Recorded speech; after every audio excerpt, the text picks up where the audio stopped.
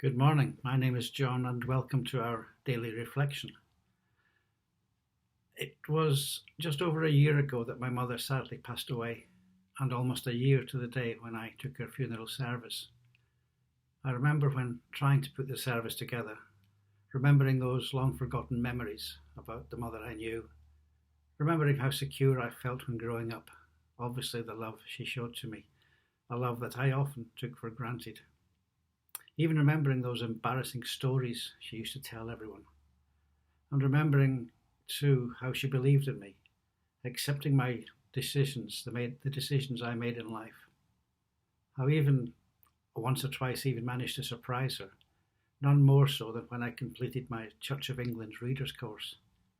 But even she took that surprise in her stride by quickly asking, "Does that mean you can take my funeral?" As I was preparing for this funeral, this of course meant talking to many friends who knew her well, and although their stories of how my mother became so much part of their lives, they were told from a different perspective from mine, but again they were told with such obvious and deep affection. In a way, this resonates with me to the Gospel reading set for today. It is the first 4 verses of Luke's Gospel. Many people have tried to tell the story of what God has done among us. They wrote what we have been told by the ones who were there in the beginning and saw what happened. So I made a careful study of everything and decided to write and tell you exactly what took place, Honourable Theophilus. I have done this to let you know the truth about what you have heard. This is a word of the Lord.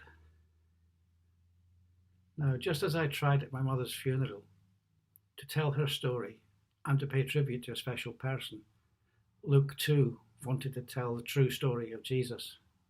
But like many today, for Luke there were some things that he didn't find satisfactory.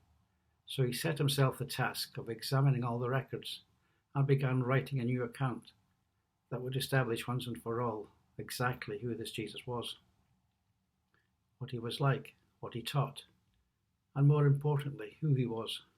Who he really was.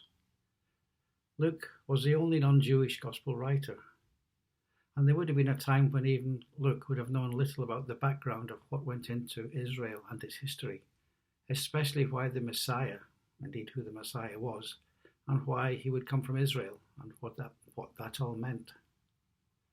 He put his account into writing from various eyewitnesses of the events he wrote about. Paul would have been an obvious source, considering the time they spent travelling together. And there would have been many more people Luke would have spoken to, a list that would have been quite long.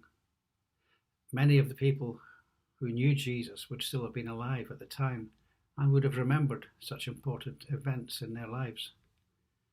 Mary, the mother of Jesus, might well have been another, given the details in his Gospel of the birth of John the Baptist, the visit of Angel Gabriel, and the story of the shepherds told after the birth of Jesus.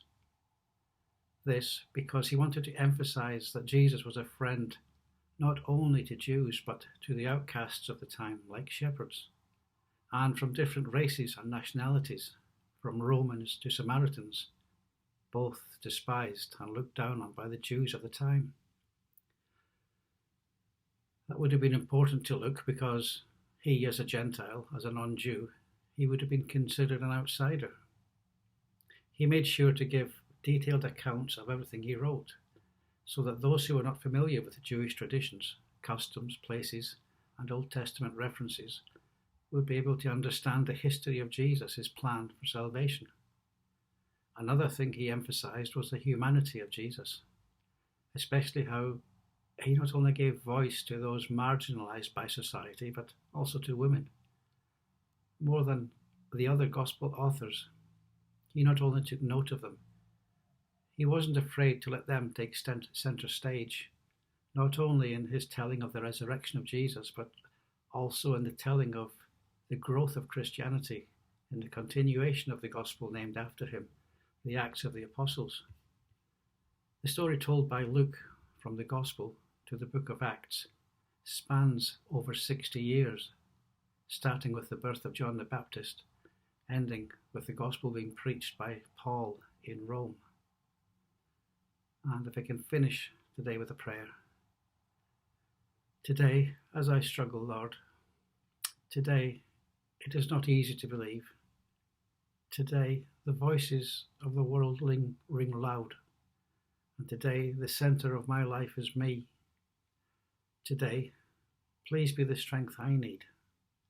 Today, please be the voice of hope I desire. And today, please be the voice I hear. Because today, you are the centre of all I yearn to be. Amen. Now, whatever you do today, stay safe. And whatever you do, do it with a smile. Till the next time. Bye.